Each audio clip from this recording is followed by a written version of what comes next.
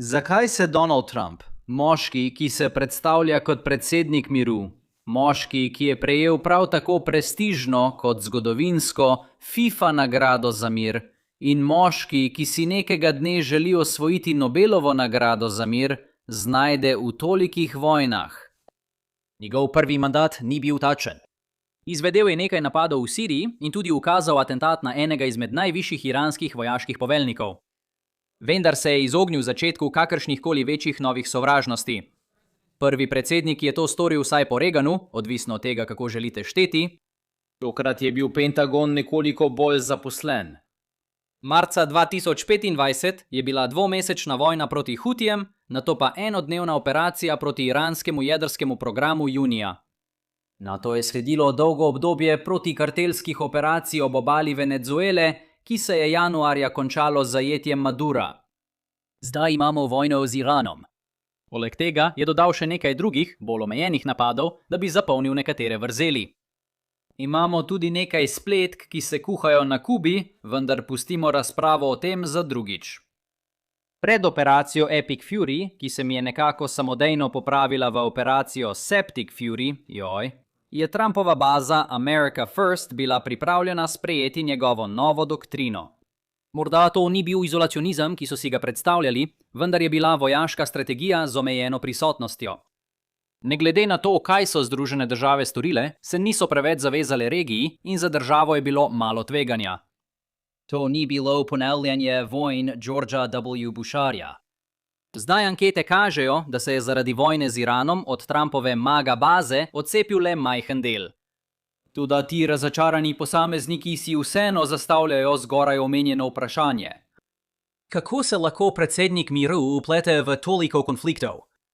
Danes želim izpostaviti 3 težave z idejo, da je Donald Trump predsednik miru, kar naj bi v praksi vodilo do manj vojn. Prvič, predpostavka o predsedniku miru morda tukaj ni povsem točna. Drugič, logična povezava med tem, da ima nekdo rad mir in tem, da je potem več miru, v osnovi napačno razume vzroke za vojno. Da, imeli bomo nekaj črt. In tretjič, večja nenaklonjenost vojni lahko v določenih okoliščinah celo povzroči več vojn. Ja, bo še več črt. In če boš ostal dovolj dolgo, bom imel nori spat o Nobelovi nagradi za mir in Trumpovi očitni iracionalnosti.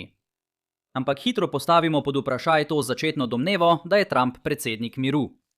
Nisem povsem prepričan, kako naj to idejo opredelim drugače kot tako, da Trump ne daje toliko pomena določenim mednarodnim izidom, kot bi jih tradicionalni washingtonski konsens. Pravzaprav mislim, da je razumno verjeti, da to drži, tudi če je obseg tega pretiran. Kljub temu lahko vidite pretiravanje v koaliciji, ki jo je Trump zgradil za zmago na predsedniških volitvah leta 2024. Najprej Amerika. Izolacionisti so slišali, kar so želeli slišati, medtem ko so drugi razumeli, najprej Amerika, naredili bomo kar hočemo, kjer hočemo. Ljudje so slišali slogan in takoj sklepali, da pomeni njihovo različico tega. Čeprav so ti dve stvari popolnoma nasprotni ena drugi. Mislim, da je očitno res, da Trumpu manj mar za mednarodni red kot kateremukoli predsedniku, odkar je mednarodni red sploh nastal. Drugače je zelo težko razložiti njegova stališča do Ukrajine in nekatera, čeprav ne vsa, njegova dejanja v zvezi z NATO-om. Ampak misliti, da to velja širše, je malo preveč. Ne pozabimo, da je Iran najel agente v Združenih državah, da bi ubili Trumpa, zaradi česar je Bidenova administracija morala razglasiti, da bi bil vsak tak poskus dejanje vojne. In pri bolj vsakdanjih zadevah je za svojega državnega podsekretarja za obrambno politiko izbral praktično najbolj jastrebsko osebo v washingtonskem zunanje političnem establishmentu glede Kitajske. Poanta je, da mislim, da je predpostavka tega argumenta vprašljiva. Ampak dajmo to postaviti nazaj gor in potem poglejmo, kako se preostanek še vedno sesuje. Vem, da se morda sliši čudno, ampak več miru ne sledi nujno iz tega, da nekdo bolj želi mir. Če ste to z mano že večkrat dali skozi, potem veste, da potrebujete oviro pri pogajanjih, da lahko razložite, zakaj sploh pride do kakršnekoli vojne. To je zato, ker je vojna draga in bi bilo za obe strani bolje, če bi dosegli dogovor, ki ustreza pričakovanemu izidu vojne. Takšni dogovori so blizu temu, kar bi prinesel boj, vendar ne povzročijo, veste, množične smrti in uničenja. Torej, ko gledamo na takšen argument, mora vse, kar povezuje mirovnega predsednika z manj vojnami, delovati prek tega, kako se povezuje s ovirami pri pogajanjih. Tukaj je mamljiva logika, ki je lahko podleči. Če Trump mednarodnim vložkom ne pripisuje velike vrednosti, mu to dejansko poveča stroške za vojno. Ne pozabite, da strošek vojne za akterja predstavlja razmerje med dejanskimi fizičnimi stroški in vrednostjo vložkov. Če menite, da so vložki nizki, potem imate posledično visoke zaznane stroške vojne. To bi pomenilo, da ima Trump večjo nenaklonjenost vojni in zato se razpon medsebojno sprejemljivih dogovorov razširi. Večji pogajalski razpon, lažje doseči dogovor, kaj ne? No, v mnogih primerih to drži. Velikost pogajalskega razpona je pomembna. Vendar na splošno ne drži, da je večje vedno boljše, kot bomo videli čez trenutek. Najprej pa je treba obravnavati še eno bolj pereče vprašanje. Tudi če menimo, da miroljuben predsednik zmanjšuje vpliv pogajalskih trenj, kar na to vodi do manj vojn, še vedno ne moremo zaključiti, da Trump sam v praksi zmanjšuje konflikte. To pa zato, ker hkrati implicitno predpostavljamo, da Trump ohranja vse druge dejavnike nespremenjene. In ne mislim, da Trump ohranja vse druge dejavnike nespremenjene. Da pojasnim, o čem govorim. Želim to razpravo omejiti samo na stvari povezane s Trumpom. Res je tudi, da smo zdaj v bolj nevarnem varnostnem okolju kot pred desetletjem, ne glede na to, kaj je Trump naredil. In mislim, da to pomaga pojasniti nekatere razlike med Trumpovim prvim mandatom in zdaj njegovim drugim. Če pa se držimo težav, povezanih posebej s Trumpom, Trump ustvarja pogajalska trenja. Ne pravim tega kot neko provokativno izjavo, da ustvarja težave tam, kjer težavam ni treba obstajati. To ni pogovor o njegovem temperamentu. Mislim bolj to, da ga je nasplošno težko razbrati, kar otežuje vsakomur, tako zaveznikom kot nasprotnikom, da bi natančno razumeli, kaj je njegova spodnja meja v pogajanjih. To vodi do več situacij, kjer se Združene države borijo v vojnah, ker nasprotna stran ni prepričana, kaj naj zahteva v pogajanjih. Lahko bi bili v situaciji, podobni tisti s Tatsosi, kjer je pripravljen popustiti skoraj pri vseh vprašanjih, ki so na kocki, ali pa je precej odločen in pripravljen na boj, razen če nasprotnik ne poda resne ponudbe. Če nasprotnik misli, da bo Bela hiša danes za večerjo jedla tasose, potem postavi strogo zahtevo. Toda potem dejansko odločen, Trump zavrne. Sledi vojna. Če povzamemo argument, si predstavljajte, da Trumpu nekoliko manj kot njegovim predhodnikom ni mar za mednarodne izide.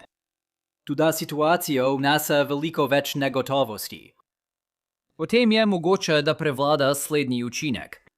Prvotni argument razpade, ker ne upošteva celotnega Trumpovega učinka. Nažalost lahko pokažem, da se problem nekako še poslabša. Primerjanje velikosti pogajalskih razponov nam ne pove ničesar o verjetnosti vojne, ker ne določa nobenega mehanizma, ki povzroči propad pogajanj.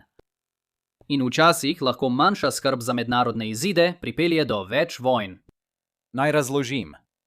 Predstavljajte si, da živimo v svetu negotovosti, kjer Iran ne ve, kaj je za Trumpa najmanj sprejemljivo.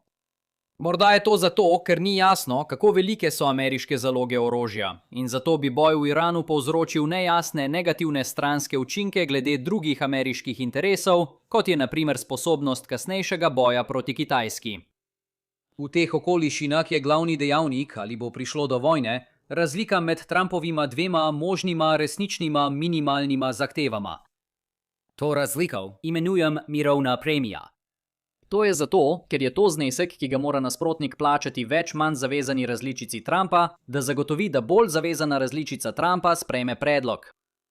Tako je iz nasprotnikove perspektive tvegani predlog manj privlačen, kadar je mirovna premija majhna. To je zato, ker tvega lastne stroške vojne za majhno možnost, da iztrži nekaj dodatne koristi. Toda ta dodatna količina je majhna. Ni ravno vredno tveganja.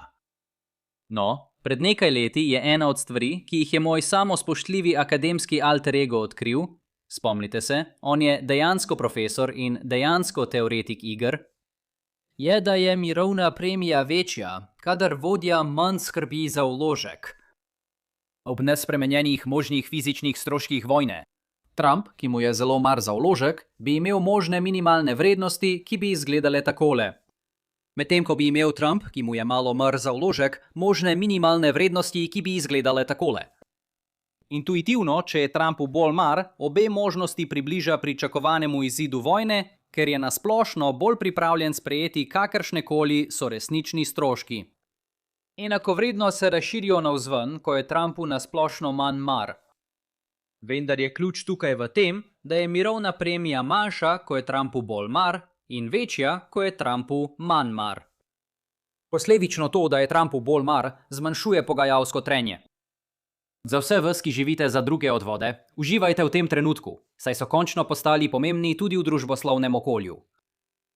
Najboljša intuitivna razlaga, ki vam jo lahko dam, zakaj deluje na ta način, je v tem, kar se zgodi v skrajnem primeru. Predstavljajte si, da bi Trump pripisal neskončno vrednost dobrini, ki je na kocki. Potem ni pomembno, ali imajo Združene države velike ali majhne fizične stroške vojne. Zaradi tega je pravi strošek vojne v bistvu nepomemben. Nasprotnik mora Trumpu dati pričakovani izid vojne, da ga pomiri, prav zato, ker praktično ignorira stroške bojevanja. Trumpu mora biti manj mar za vložke, da bi prišlo do pomembne razlike v neugodnostih. Kako lahko prav možnost, da je Donald Trump mirovni predsednik, ironično povzroči več vojn? Naj grem še korak dlje in se odpravim na Norveško ter analiziram, kako Nobelova nagrada za mir vpliva na ta problem. Preverite komentarje in pogosto boste videli predloge, da bi se morali mi, kot zunanji opazovalci, odpovedati vsem logičnim analizama strategije Trumpove administracije. Navsezadnje je Trump sam iracionalen. Znotraj tega podsklopa komentarjev se mi zdi zabavno, da večina opisov Trumpove iracionalnosti v resnici ne opisuje iracionalnosti v strateškem ali družboslovnem smislu. V pogovorni angleščini je iracionalen sinonim za čuden. V družboslovju iracionalen pomeni, da se ne odziva na strukture spodbud. To posebej izpostavljam tukaj zaradi povezave s Trumpovo očitno fascinacijo nad osvojitvijo Nobelove nagrade za mir, kar takoj sproži komentarje o njegovi racionalnosti. A zabavna stvar pri modeliranju kriznega pogajanja je, da nam ni treba skrbeti za Trumpove težave z očetom ali karkoli naj bi povzročilo njegovo željo po Nobelovi nagradi. On tu pač ima. In če pomislite na učinek, ki ga ima to na pogajanja, sprejetje dogovora izgleda še bolj privlačno. Toda to je matematično enakovredno temu, da vojna, z njegove perspektive, izgleda relativno manj privlačna. In izkaže se, da že imamo relativno disutiliteto bojevanja v primerjavi z dogovorom. To je cena vojne. Tako je dodajanje koristi miru, enako kot dodatno zmanjšanje koristi bojevanja. Morda mislite, da je njegovo stališče absurdno in nerazumno, vendar je praktični učinek tega pri pogajanjih v kriznih razmerah ta, da Trump preprosto plača višjo ceno vojne. Neverjetno je, kaj vse lahko matematično modeliraš z enim samim plusom ali minusom. In na srečo to pomeni, da lahko teorija pogajanj v kriznih razmerah zajame veliko več situacij, kot bi vas nekateri neinformirani komentatorji želeli prepričati. Zanimivo je, da ima moj akademski alter ego soroden članek, ki prikazuje še eno protiintuitivno povezavo. Predstavljajte si, da imajo države težave pri ocenjevanju tega, kako Trump natančno vrednoti določeno vprašanje, o katerem teče spor. Potem povečanje stroškov vojne, tudi z dodajanjem vrednosti Nobelove nagrade, poveča tveganje za vojno. Logika tukaj je enaka kot pri manipuliranju s premijo za mir kot prej, zato o tem danes ne bom podrobneje razpravljal. Zanimivo pa je, da imamo še en način, kako je mir na prvi pogled lahko videti bolj privlačen, a strateška interakcija na koncu to povezavo zatre. Torej, kakšne so naše ključne ugotovitve za danes? Oznaka Trumpa kot mirovnega predsednika je lahko zavajajoča. Tudi če je, tisto, kar povzroča vojno, je prisotnost pogajalskih ovir. In možno je, da je biti mirovni predsednik vzrok za več vojn zaradi interakcij s pogajalskimi ovirami. Tako se zame končuje že 31. dan zapored. Zmanjkalo mi je besed, zato si oglejte kaj, kar sem že povedal prej. Morda predlagam najnovejši del moje serije o uvodu v mednarodne odnose, ki je na voljo na Lines on Maps Extra. Kakorkoli že, če vam je bil današnji video všeč, prosim všečkajte, delite in se naročite na kanal. In se vidimo naslednjič. Pazite nase.